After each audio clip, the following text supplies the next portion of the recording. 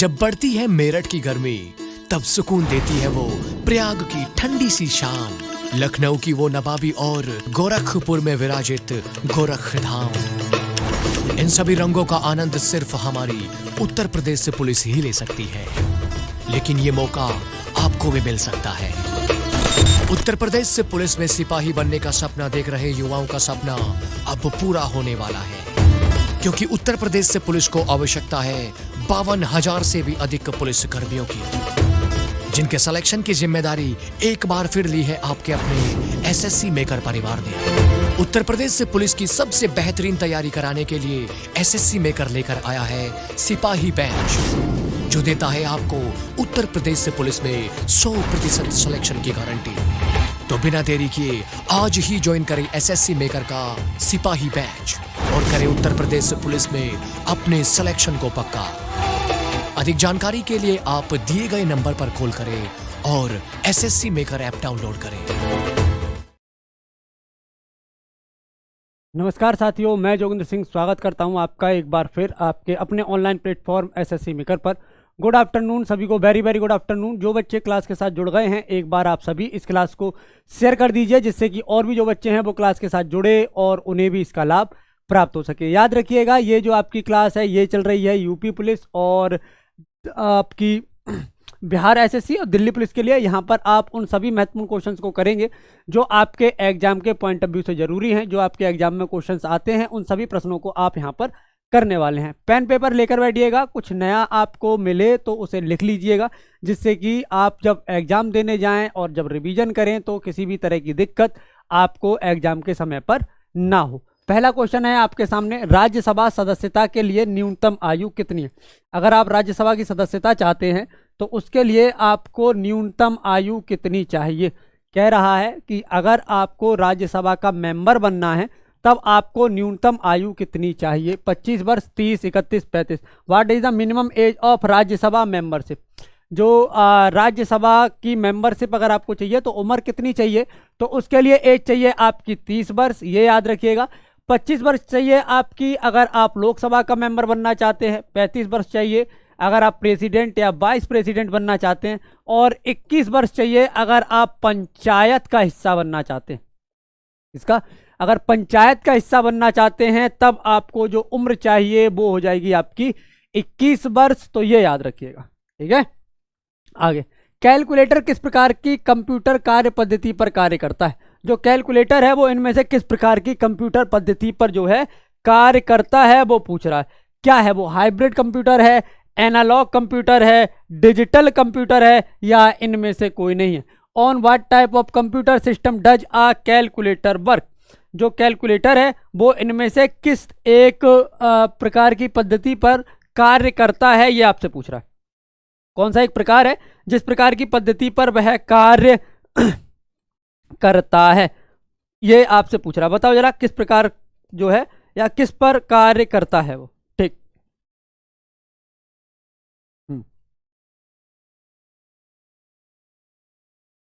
किस पर कार्य करता है? तो या किस प्रकार की कार्य पद्धति पर कार्य कर रहा है? तो याद रखना ये डिजिटल कंप्यूटर, एक तरह से कैलकुलेटर देखें तो वो क्या है? वो है आपका एक तरह का डिजिटल कंप्यूटर, या जो डिजिटल कंप्यूटर की जो कार्य पद्धति है ना, उसी पर भी ये जो है कार्य करता है, ये याद रखना। आगे, वह ताप जिस पर कोई ठोस वस्तु अपनी ठोस अवस्था से द्रव अवस्था में परिवर्तित हो क्या कहलाता है? बाष्पीकरण, गलनांक, ऊर्ध्वपातन, plasma. What is the temperature at which a solid object change from its solid state to liquid state called? क्या पूछ रहा है? वह ताप जिस पर कोई वस्तु अपनी ठोस अवस्था से द्रव अवस्था में परिवर्तित होती है, किससे? ठोस से द्रव में बदल रही है, तब ये क्या कहलाएगी? इसको कहेंगे बाष्पीकरण, इसको कहेंगे गलनांक, इसको कहेंगे ऊर्ध्वपातन, या इसको कहेंगे प्लाज्मा। देखो, अगर बात करूं मैं किसकी, अगर मैं बात करूं ठोस अवस्था से द्रव अवस्था में बदलने की, तो यह कहलाता है आपका गलनांक। जो ठोस है वो गल जाता है, गलने के बाद क्या बनता है? गलने के बाद बनता है द्रव, तो यह कहलाता है आपका गलनांक, याद रखना। बाष्पीकरण क्या है? बाष्पीकरण है जब द्रव जो है ये गैस में बने, जो द्रव है वो कन्वर्ट हो किसमें? गैस में, तो ये हो जाता है बाष्पीकरण। और अगर ठोस जो है ये जाके डायरेक्ट कन्वर्ट हो गैस में, जो ठोस है ये जाके अगर डायरेक्ट कन्वर्ट होता है किसमें, गैस में, तब क्या कहलाता है ये, तब ये कहलाता है ऊर्ध्वपातन। क्या कहलाता है, ऊर्ध्वपातन। एग्जाम्पल के लिए अगर देखें तो कपूर, एग्जाम्पल के लिए अगर देखें तो क्या हो जाएगा, एग्जाम्पल के लिए देखें कपूर, कपूर क्या, कपूर ठोस है, लेकिन जैसे ही आप उसे जलाते हैं वो द्रव में नहीं बदलता, या जैसे ही आप उसे गर्म करते हैं वो द्रव में नहीं बदलता बल्कि डायरेक्ट गैस में बदलता है। ठीक है, इसके अलावा हो जाएगा आपका नेफ्थलीन। क्या हो जाएगा, इसके बाद हो जाएगा आपका नेफ्थलीन, तो ये याद रखिएगा। ठीक है, आगे। उत्तर प्रदेश सरकार द्वारा समाजवादी पेंशन योजना कब प्रारंभ की, मार्च 2015, 13, 14 और जनवरी 2015। When was Samajwadi pension scheme started by Uttar Pradesh government. Uttar Pradesh government ने जो आपकी समाजवादी पेंशन योजना है ये कब स्टार्ट की थी। तो अगर मैं उत्तर प्रदेश गवर्नमेंट की बात करूं और बात करूं समाजवादी पेंशन योजना की, तो ये स्टार्ट हुई है आपकी जनवरी 2014 में। कब, जनवरी 2014, याद रखना। आगे, निम्न में से क्या कार्बोहाइड्रेट के स्रोत हैं, इनमें से क्या है जो कार्बोहाइड्रेट के क्या है, स्रोत है। आलू, अनाज, दूध या मुर्गा। विच of the following is not a source of carbohydrate. इनमें से कौन सा कार्बोहाइड्रेट का स्रोत नहीं है, आलू, अनाज, दूध और मुर्गा। तो कौन सा नहीं है, तो याद रखना मुर्गा नहीं है।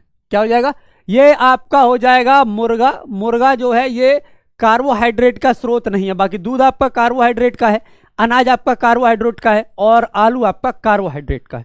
ठीक है, जिन्हें आप शॉर्ट में कार्ब्स कहते हैं ना, वो। कितने माप से अधिक ध्वनि को शोर का नाम दिया जाता है, इनमें से कौन सी एक ध्वनि है, इससे अधिक की अगर ध्वनि है तो उसे शोर कहेंगे। 80 डेसिबल, 100 डेसिबल, 120 डेसिबल और 140 decibel. Sound exceeding how many measurements is called noise. 80 decibels, 100 decibels, 120 decibels और 140 डेसिबल्स। पूछ रहा है कितने माप से अधिक जो ध्वनि है उसको शोर कहा जाता है। तो देखो, एक है आपका 80 डेसिबल, कितना, 80 डेसिबल। अगर इससे अधिक की ध्वनि है, अगर कहीं पर इससे अधिक की ध्वनि उत्पन्न हो रही है तो उसे क्या कहते हैं, तो याद रखना उसको कहा जाता है आपका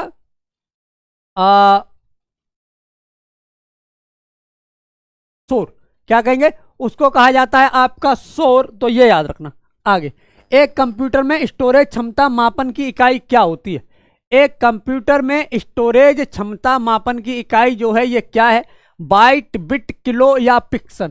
what is the unit of measurement of storage capacity in a computer. अगर आप किसी कंप्यूटर में उसकी क्षमता मापना चाहते हैं, स्टोरेज क्षमता नापना चाहते हैं, स्टोरेज कैपेसिटी मापना चाहते हैं कि कितना जो है स्टोरेज है उसका, तो ये मापते हैं आप बाइट में।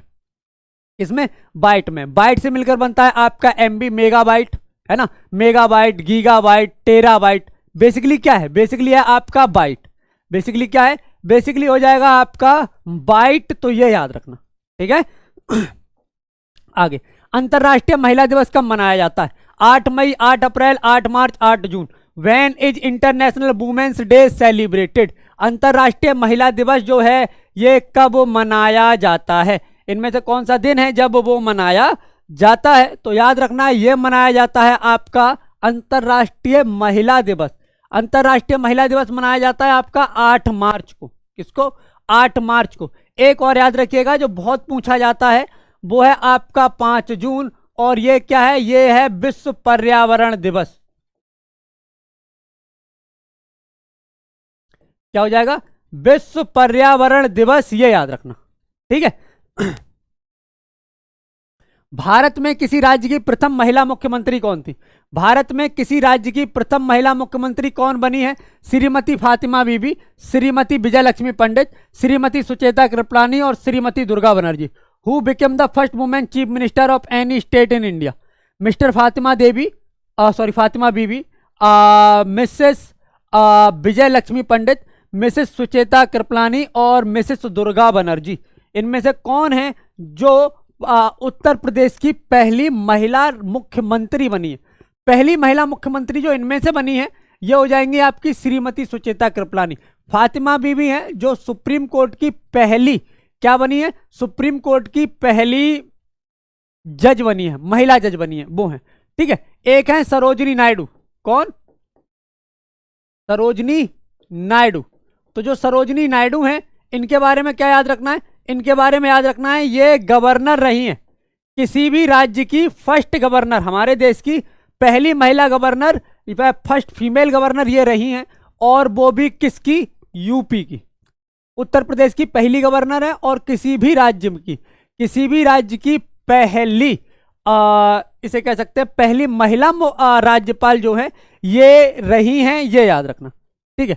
आगे, उत्तर प्रदेश राज्य का भारत में क्षेत्रफल की दृष्टि से कौन सा स्थान है? पहला, दूसरा, तीसरा और चौथा। What is the position of Uttar Pradesh state in India in term of area? Area के टर्म में देखा जाए, किसके टर्म में देखा जाए? क्षेत्रफल के हिसाब से, जनसंख्या के हिसाब से तो पहला है उत्तर प्रदेश, जनसंख्या के हिसाब से तो पहला है। लेकिन अगर मैं क्षेत्रफल की दृष्टि से देखूं, किसकी? या जो एग्जामिनर पूछेगा आपका, या जो एग्जाम में पूछा जाता है कि अगर वो आपसे पूछ रहा है कि राज्य जो है उसको किस दृष्टि से बताना है? क्षेत्रफल की दृष्टि से बताना है, तो याद रखना ये आएगा चौथा। राजस्थान, राजस्थान, मध्य प्रदेश, महाराष्ट्र के बाद चौथे नंबर पर है, या शायद महाराष्ट्र पहले, देख लेना एक बार। पर उत्तर प्रदेश जो है वो चौथा है, और इससे 3 बड़े राज्य क्षेत्रफल में देखे जाएं तो एक राजस्थान है, एक महाराष्ट्र है और एक मध्य प्रदेश है, ठीक है। तो ये याद रखिएगा। आगे, निम्न में से किस व्यक्ति को सर्वप्रथम भारत रत्न पुरस्कार दिया गया है? Satyajit Ray, C Rajagopalachari, Mother Teresa, CV Raman.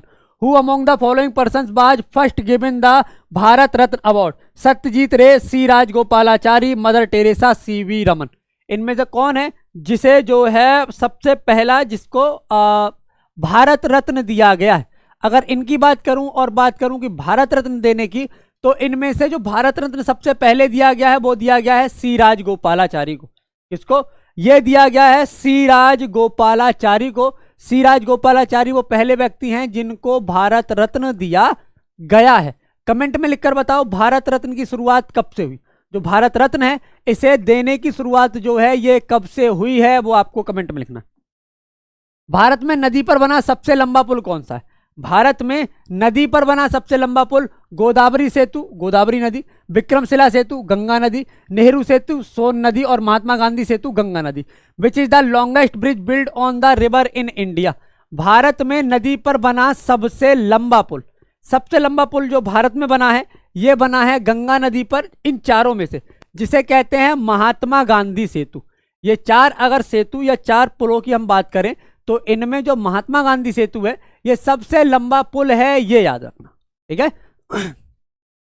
आगे, भारत में सिकंदर लोदी का शासनकाल कब से कब तक रहा था? भारत में जो सिकंदर लोदी है उसका शासनकाल कब से कब तक रहा था ये पूछ रहा है। अगर मैं सिकंदर लोदी की बात करूं तो याद रखिएगा जो सिकंदर लोदी है इसने ही आगरा को नगर के रूप में बसाया था।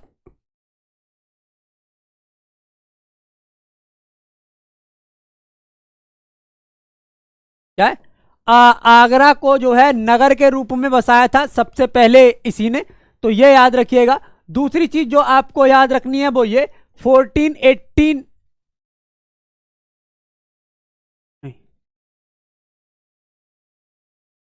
1451 से 1489 तक। क्या? नहीं ये भी नहीं है, ये तो बहुत लंबा समय हो गया। अच्छा 1 मिनट 2 बार है ना यहाँ, रुको। 17 1489 से 1517 तक। क्या? 1489 से 1517 तक जो है सिकंदर लोदी का शासनकाल रहा है, ये याद रखना। इतने लंबे समय तक जो है क्या रहा है, इसका शासनकाल रहा है। सही जवाब हो जाएगा आपका सी, 1489 से 1517 तक जो है सिकंदर लोदी का शासनकाल रहा है। अतीत के चलचित्र किस लेखक द्वारा लिखा गया उपन्यास है? अतीत के चलचित्र जो है ये इनमें से किसके द्वारा लिखा गया है? सुरेंद्र कुमार, मुंशी प्रेमचंद्र, मैथिली शरण गुप्त और Mahadevi Verma. How long was the rain of Sikandar Lodi in India?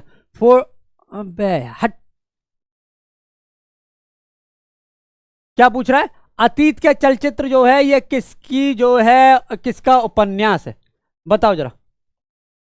Surendra Kumar, Munshi Premchandra, Maithili Sharan Gupt और आपका महादेवी वर्मा।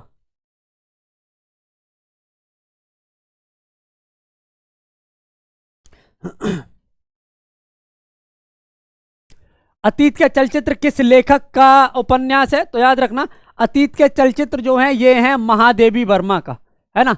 अच्छा, एक है महाश्वेता, एक उपन्यास है महाश्वेता, कमेंट में लिखकर बताओ किसका है। एक उपन्यास है महाश्वेता, कमेंट में लिखो कि किसका वह उपन्यास है, कौन सा महाश्वेता। ठीक है, आगे। उत्तर प्रदेश राज्य में इलेक्ट्रॉनिक सिटी की स्थापना कहां की जा रही है? Agra, Noida, Bareilly, Kanpur. Where is electronic city being established in the state of Uttar Pradesh? Agra, Noida, Bareilly और कानपुर। उत्तर प्रदेश राज्य में इलेक्ट्रॉनिक सिटी जो है इसकी स्थापना कहां की जा रही है?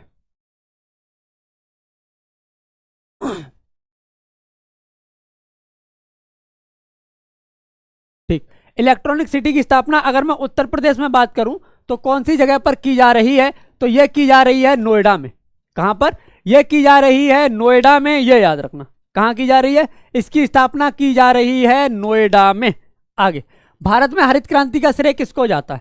भारत में हरित क्रांति का जो श्रेय है इनमें से किसको जाता है? Doctor Radhakrishnan, doctor APJ Abdul Kalam, doctor Rangarajan और doctor MS Swaminathan. Who gets the credit for green revolution in India? Doctor Radhakrishnan, APJ Abdul Kalam, doctor Rangarajan और डॉक्टर एमएस स्वामीनाथन। ठीक, हरित क्रांति का श्रेय जो है वो भारत में जाता है, या हरित क्रांति का जनक भारत में जिसे कहते हैं वो है डॉक्टर एमएस स्वामीनाथन। कौन है? एमएस स्वामीनाथन। अगर इसी को विश्व में बात करूं कि विश्व में कौन है, तो विश्व में हो जाएंगे आपके नॉर्मन बोरलॉन्ग। कौन? नॉर्मन बोरलॉन्ग। और या मतलब नॉर्मन बोरलॉन्ग। और इन्होंने कहां से शुरू किया था, या इन्होंने सबसे पहले इसे स्टार्ट कहां किया था? इसको स्टार्ट किया था इन्होंने मैक्सिको में। इसको स्टार्ट किया था इन्होंने मैक्सिको में, ये याद रखना। इसमें जो अनाज होता है उसको मॉडिफाइड करके जो है उगाते हैं जिससे कि उपज अधिक हो और बेहतर हो। ठीक है, भारत में सबसे लंबी नदी कौन सी है? भारत की सबसे लंबी नदी कौन सी है? गोदावरी है, यमुना है, गंगा है या ब्रह्मपुत्र है? Which is the longest river in India? इनमें से कौन सी रिवर सबसे लंबी है वो पूछ रहा है। भारत में बहती है और नदी जो सबसे लंबी है वो है गंगा। इसकी जो लंबाई है वो है 25 किलोमीटर, यानी कि 2525 किलोमीटर। क्या हो जाएगा? 2525 किलोमीटर, ये याद रखना। सौरमंडल में सबसे छोटा ग्रह कौन सा है? शनि, बुध, मंगल और शुक्र। Which is the smallest planet in the solar system? Solar system में सबसे छोटा प्लेनेट कौन सा है? अगर सोलर सिस्टम में सबसे छोटे प्लेनेट की बात करूं तो सोलर सिस्टम में जो सबसे छोटा प्लेनेट हो जाएगा ये हो जाएगा बुध। सबसे बड़ा कौन सा हो जाएगा? सबसे बड़ा हो जाएगा बृहस्पति। कौन सा? बृहस्पति। और अगर मैं बात करूं पृथ्वी कौन से नंबर पर आता है, तो पृथ्वी आता है शायद 5वें पर। बृहस्पति के बाद शनि है, फिर है आपका अरुण, फिर है आपका वरुण और फिर आता है पृथ्वी। क्या आता है? फिर आता है पृथ्वी। तो जो पृथ्वी है वो कौन से नंबर पर है? पृथ्वी है 5वें नंबर पर। पृथ्वी किस नंबर पर है? पृथ्वी है 5वें नंबर पर, यह याद रखना। किस पूर्व प्रधानमंत्री को शांति पुरुष के नाम से भी जाना जाता है? अच्छा, इनमें से कौन सा वह व्यक्ति है जिसको शांति पुरुष के नाम से भी जानते हैं? इनमें से कौन है जिसको शांति पुरुष के नाम से भी जाना जाता है? अगर मैं शांति पुरुष के नाम की बात करूं या जिसको शांति पुरुष के नाम से भी जाना जाता है वो कौन हो जाएंगे? वो हो जाएंगे लाल बहादुर शास्त्री। क्या हो जाएंगे? लाल बहादुर शास्त्री हो जाएंगे। इन्हीं के समय में 1965 में इंडो पाक वॉर हुई थी। ठीक है, ये याद रखना। कब? 1965 में। कब हुई थी? 1965 में। इनकी डेथ हुई है 1966 में। कहां पर? ताशकंद में। कहां हुई है? ताशकंद में इनकी डेथ हुई है, ये याद रखना। ठीक है, आगे। विज्ञान की कौन सी शाखा ट्यूमर के बारे में बताती है? इनमें से कौन सी शाखा है जो ट्यूमर के बारे में बताती है या ट्यूमर का अध्ययन करती है? ट्यूमर मतलब कैंसर। ट्यूमर मतलब क्या? ट्यूमर मतलब cancer. Osteology, anatomy, oncology, urology.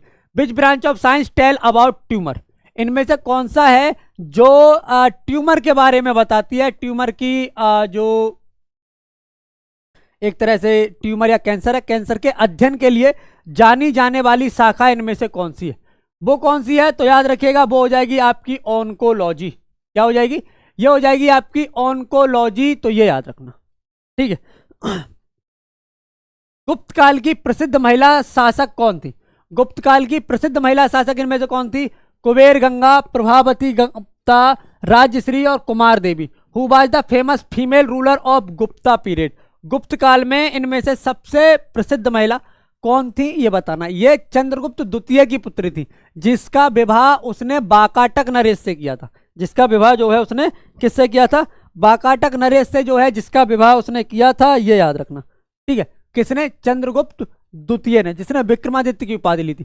कुछ समय बाद इसका पति मर गया, किसका? प्रभावती गुप्ता का। और उसके बाद आने वाले कुछ सालों तक प्रभावती गुप्ता ने अपने पुत्र को गद्दी पर बिठाया और उसकी संरक्षिका के रूप में जो है इसने कार्य किया, या उसकी संरक्षिका के रूप में जो है इसने उसे या उस शासन को चलाया, ये याद रखना, ठीक है। याद रखना, सिपाही बैच है यूपी पुलिस के लिए, राजधानी बैच है दिल्ली पुलिस के लिए, महावीर बैच है बिहार पुलिस के लिए, और शक्ति बैच है आपका सीपीओ एसआई के लिए। कौन सी नदी पूर्वी चीन सागर में बहती है? इनमें से कौन सी नदी पूर्वी चीन सागर में बहती है, या मैं ये कहूं पूर्वी चीन सागर में गिरती है ना? इसका मुहाना पूर्वी चीन सागर का है। Mekong, Pearl, Ganga, Yangtze. Which river flow into the East China Sea? इनमें से कौन सी है जो ईस्ट चाइना सी में बहती है? मेकोंग, पर्ल, गंगा और यांगसे। याद रखना, इसके लिए सही जवाब हो जाएगा यांगसे। कौन सी? ये हो जाएगी आपकी यांगसे, तो ये याद रखिएगा, ठीक। महालवाड़ी कहां लागू की गई? जो महालवाड़ी है ये सबसे पहले कहां लागू की गई? बिहार, उत्तर प्रदेश, महाराष्ट्र और Madras. Where was Mahalwari system implemented? Comment में लिखो कि जो रैयतवाड़ी प्रणाली है वो कौन लेकर आया था, और रैयतवाड़ी सिस्टम जो है उसे किसने इंप्लीमेंट किया था। महालवाड़ी प्रणाली जो है ये लागू की गई कहां पर? तो याद रखिएगा ये है आपका उत्तर प्रदेश। कहां पर सबसे पहले लागू की गई है? ये उत्तर प्रदेश में, ये याद रखना, ठीक है। कौन सी पर्वत की चोटी पृथ्वी के केंद्र से दूरतम बिंदु है? Mount Puncak Jaya, mount Chimborazo, mount Kilimanjaro, mount Aconcagua. Which mountain peak is the farthest point from the centre of the earth? पूछ रहा है कि इनमें से पृथ्वी के केंद्र से दूरतम बिंदु, कहने का मतलब ये है जैसे मान लो ये पृथ्वी है, ये इसका केंद्र, तो इससे सबसे दूर है ना, सबसे दूर जो चोटी है वो इनमें से कौन सी है? तो याद रखना वो हो जाएगी माउंट चिम्बोरजे। क्या हो जाएगी? माउंट चिम्बोरजे। याद रखना, चिम्बोरजो। कौन सी? माउंट चिम्बोरजो। ये इंपॉर्टेंट है क्योंकि इस तरह के क्वेश्चंस कम हैं, आते हैं और फिर आप गलत करते हो, क्योंकि सबसे ऊंची पहाड़ी, सबसे छोटी पहाड़ी, सबसे नीची पहाड़ी, ये सब तो आपको पता ही है। यहां पर जब आपसे पूछता है दूरतम बिंदु, है ना, और वो भी केंद्र से दूरतम बिंदु, तब ये इंपॉर्टेंट हो जाता है ना। केंद्र से दूरतम मतलब विषुवत रेखा जो है ना, उसका जो मिडिल पॉइंट है, विषुवत रेखा का जो मिडिल पॉइंट है वहां से दूरतम जब पूछता है तब दिक्कत होती है। आगे, कौन सी गीता राधा और कृष्ण के देवत्व का गुणगान करती है? इनमें से कौन सी गीता है जो कृष्ण और राधा जो है, गीत सॉरी, कौन सा गीत राधा और कृष्ण के देवत्व का गुणगान करती है? Which song precious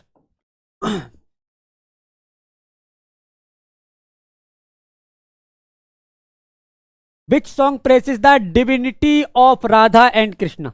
Which song praises the divinity of Radha and Krishna? क्या हो जाएगा? तो याद रखिएगा ये हो जाएगा आपका सी यानी कि रसिया। क्या हो जाएगा? ये हो जाएगा आपका सी यानी कि रसिया, तो ये याद रखिएगा। भारत में कृषि और संबंधित कार्यकलापों को निम्नलिखित किसके द्वारा सबसे अधिक उधार प्रदान किया जाता है? इनमें से कौन से वे बैंक हैं? सहकारी बैंक है, वाणिज्यिक बैंक है, क्षेत्रीय ग्रामीण बैंक है, सूक्ष्म वित्तीय बैंक है। अब भारत में कृषि और संबंधित कार्यकलापों को निम्नलिखित में से किसके द्वारा सबसे अधिक उधार प्रदान किया गया है? सहकारी बैंक, वाणिज्यिक बैंक, क्षेत्रीय ग्रामीण बैंक, सूक्ष्म वित्तीय संस्थाएं। In India maximum credit has been provided to agriculture and related activities by which of the following, किसके द्वारा? तो याद रखना ये हो जाएंगे वाणिज्यिक बैंकों के द्वारा। इसके वाणिज्यिक बैंकों के द्वारा, ये याद रखना। आगे, चौरी चौरा की घटना जिसके कारण गांधी जी को अपना असहयोग आंदोलन बंद करना पड़ा, किस जिले में घटी? इनमें से कौन सा जिला है जहां पर यह घटना घटी है जिसके कारण उन्होंने अपना जो असहयोग आंदोलन है उसे बंद कर दिया था, या फिर यह कहूं कि वापस ले लिया था? तो उन्होंने जो आंदोलन वापस लिया था वो जो चौरी चौरा की घटना है यह घटी है गोरखपुर में 4 फरवरी 1922। कब? 4 फरवरी 1922 को, ये याद रखना। एशिया का प्रथम मानव डीएनए बैंक कहाँ स्थापित है? एशिया का प्रथम मानव डीएनए बैंक कहां पर है? Lucknow, Bareilly, Allahabad, Kanpur. Where has Asia's first human DNA bank been established? Lucknow, Bareilly, Allahabad और कानपुर। एशिया का प्रथम मानव डीएनए बैंक जो है ये कहां पर है? तो याद रखना ये स्थापित किया गया है आपका लखनऊ में। कहां स्थापित किया गया है? इसको स्थापित किया गया है लखनऊ में, तो ये याद रखना। कहां पर? लखनऊ में इसको स्थापित किया गया है। कृषि क्षेत्र से उत्पन्न होने वाले मीथेन गैस के अतिरिक्त एक मुख्य ग्रीन हाउस गैस क्या है? जो कृषि क्षेत्र है ना, वहां से मीथेन गैस उत्पन्न होती है। जो कृषि क्षेत्र है वहां से मीथेन गैस उत्पन्न होती है। मीथेन गैस के अलावा इनमें से कौन सा और है जो उत्पन्न होता है? Nitrous oxide, ammonia, sulphur dioxide और arsine. Apart from methane gas produced from agriculture sector, what is the main greenhouse gases? इसके अलावा जो मेन ग्रीन हाउस गैस है वो कौन सी है? वो हो जाएगी आपकी नाइट्रस ऑक्साइड, N2O। क्या हो जाएगी? नाइट्रस ऑक्साइड यानी कि N2O, तो वो याद रखना। ठीक है, आगे अब मिलान करना है। रामप्रसाद बिस्मिल किससे संबंधित है? सूर्यसेन किससे संबंधित है? अरविंद घोष किससे संबंधित है? और भगत सिंह जो हैं ये किससे संबंधित हैं वो पूछ रहा है। ठीक है, देखो काकोरी कांड से संबंधित है रामप्रसाद बिस्मिल। ठीक है,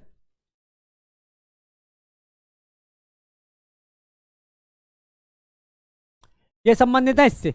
सूरसेन संबंधित है चटगांव से। ठीक है,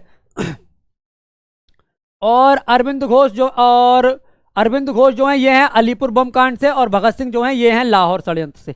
यहां हो जाएगा पहले का दूसरा, दूसरे का तीसरा, तीसरा जुड़ा चौथे से, चौथा जुड़ा पहले से।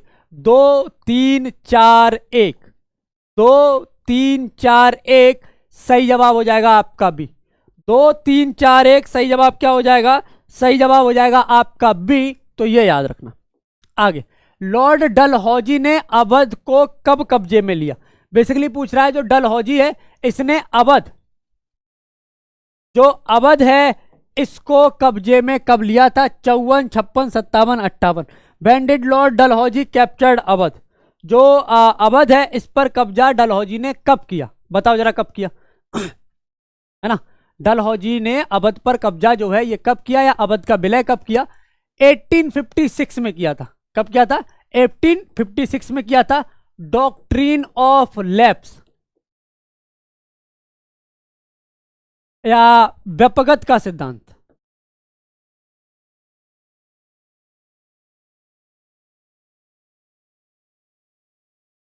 इसका व्यपगत का सिद्धांत याद रखना।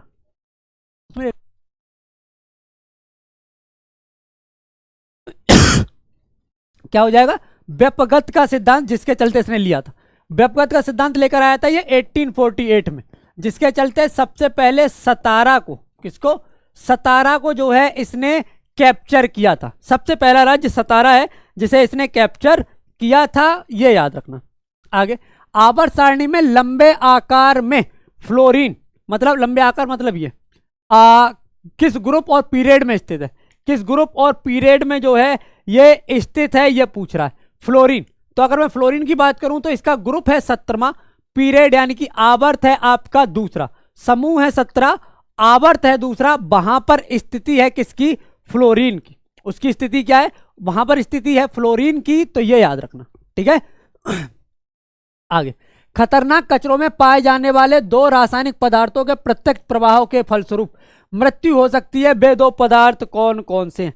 इनमें से कौन से 2 पदार्थ हैं जो कचरे में मिलते हैं और अगर ये किसी भी तरह से या इसके प्रत्यक्ष प्रभाव में मानव आ जाए, है ना, इन दो में प्रत्यक्ष प्रभाव में अगर मानव आ जाए तो उसकी मौत हो सकती है। Arsenic, cadmium, sulphur, chlorine, mercury cyanide, mercury sulphur. Death can occur as a result of direct effort of two chemical substances found in hazardous waste. What are those two substances? ये दो सब्सटेंसेस कौन से हैं? एक है mercury, दूसरा है cyanide. क्या है? एक है मरकरी, दूसरा है साइनाइड। तो ये याद रखना, मरकरी और साइनाइड। ठीक, ये थी आपकी आज की क्लास। उम्मीद है क्लास आपको पसंद आई होगी। चूंकि मुझे आज बाहर जाना है इसलिए आपकी क्लास ये रिकॉर्डेड है ना। याद रखिएगा, फौजी बैच आपका एसएससी जीडी 2023-24 के लिए 250 में आप इसे ज्वाइन कर सकते हैं। Complete video course, class notes, expert faculty और डाउट सेशन यहाँ आपको देखने को मिलेंगे। सिपाही बैच है यूपी पुलिस के लिए, राजधानी बैच है दिल्ली पुलिस के लिए, महावीर बैच है बिहार पुलिस के लिए, शक्ति बैच है आपका सीपीओ एसआई के लिए। मैथ और रीजनिंग के लिए रोज रात 8 बजे एकदम बेसिक से क्लास होती है। आपके अपने अजय सर इस क्लास को कराते हैं। अजय सर आपको बताते हैं कि किस प्रकार के क्वेश्चन आपके एग्जाम में आते हैं, कैसे आप इन्हें एकदम बेसिक से ट्रिक लगा के या कम से कम समय में सॉल्व कर सकते हैं। इंपॉर्टेंट क्लास है आपकी, इस क्लास के साथ जरूर जुड़िएगा। इसके अलावा याद रखिएगा ये कुछ लिंक हैं, जैसे ये है ऐप का लिंक, इस पर क्लिक करके वीडियो के डिस्क्रिप्शन में जाके प्ले स्टोर पर जाके जिस चैट बॉक्स में आप अभी हैं इसमें ऊपर पिन किया गया, यहाँ से आप इसे डाउनलोड कर सकते हैं। आप हमें इंस्टाग्राम, फेसबुक और ट्विटर पर फॉलो कर सकते हैं। जिन बच्चों ने हमें टेलीग्राम पर ज्वाइन नहीं किया है वो बच्चे हमें टेलीग्राम पर जरूर ज्वाइन करें। टेलीग्राम एक ऐसा चैनल है जिस पर आपकी हर एक क्लास शेयर होती है। कोई नया इनिशिएटिव या थॉट होता है यहीं शेयर करते हैं। आपके एग्जाम से रिलेटेड जो भी नोटिफिकेशन है आपको यहीं प्रोवाइड कराए जाते हैं। यह है आपके अपने परिवार एसएससी मेकर के यूट्यूब चैनल का लिंक। इसे आपको शेयर करना है अधिक से अधिक, जिससे कि अधिक से अधिक बच्चे क्लास के साथ जुड़े और उन्हें भी इसका लाभ प्राप्त हो सके। आज की क्लास के लिए इतना ही। नेक्स्ट क्लास में मिलते हैं, तब तक के लिए जय हिंद, जय भारत।